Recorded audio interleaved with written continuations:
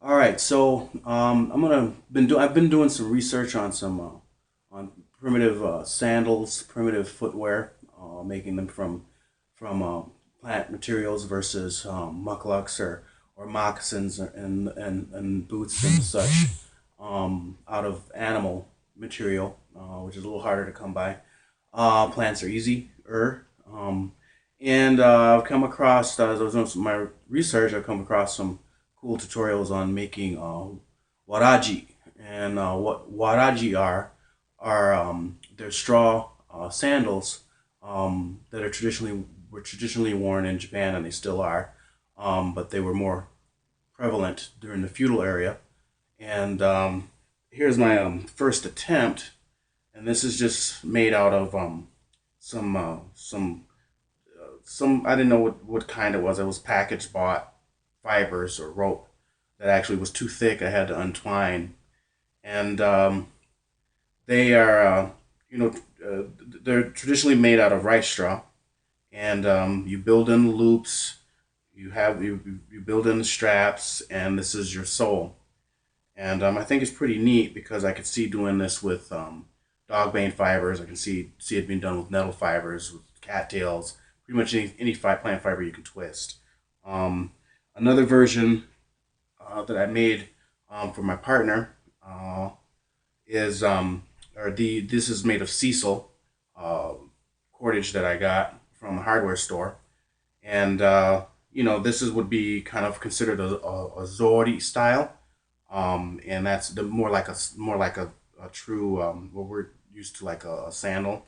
Um, but these have ties, and so I just thought I'd give this a shot and experiment with it and see what I could do and see how well I could get good at making these.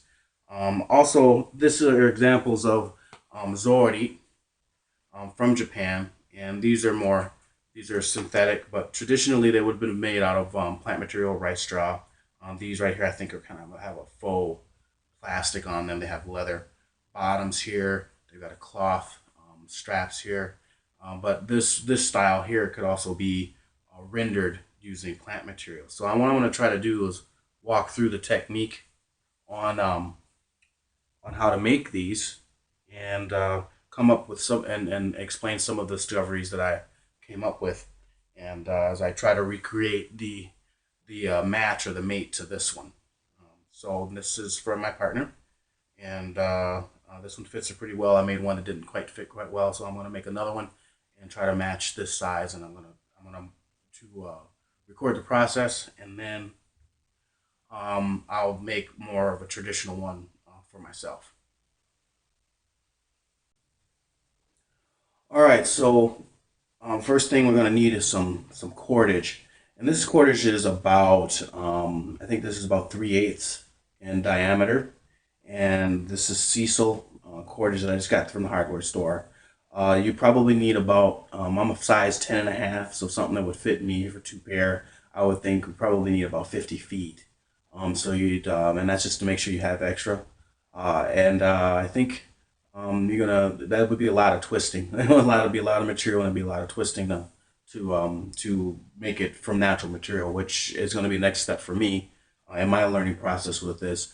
But for now, I'm practicing with a little bit more easier to obtain materials before I expend the time and energy to make it from scratch. So at any rate, what you're going to need is I think for and again, like I said, I'm a 10 and a half. Depending on your size, you may need more, you may less. These are all approximations. Is I've got about a 5'7", around that to about a 6 foot arm span, and so me knowing that, I know I can roughly guesstimate how much a length of cordage I can measure out. So this right now is about 6 feet or 5.7 feet, and then another. So this is another two. So that's 612, and then we got 18 feet going on here approximately. Okay, and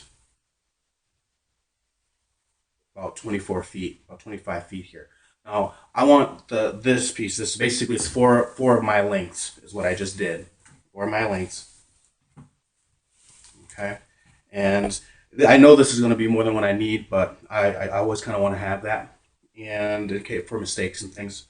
And so this is going to be one piece that we're going to need, and that's going to be the part that's going to be woven in and out, or woven in and out. Okay, so we'll need a fair amount of this to weave in and out. Okay, so we've got this set aside and cut, and so next, what I want is the we'll say the frame weavers, and basically I'm gonna just need two of those. So one and two should be large enough. And actually, I know I can do about 2.5, which is about from here. But I'm gonna just two just to be sure I have extra room, extra space. So you'll need some a cutting tool, some scissors, and then for material that is twined and twisted, what you need is you can tie it with extra cordage. I'm just right now taking some duct tape and wrapping the ends so they don't unwrap on me. It also makes it easier when you have to push these through areas and stuff. So just as a tip, you may want to either whip these with some cordage or just tie it with string. I wouldn't recommend knotting it, and then or just use some tape or something. So I'm gonna tape the ends, and then we can start.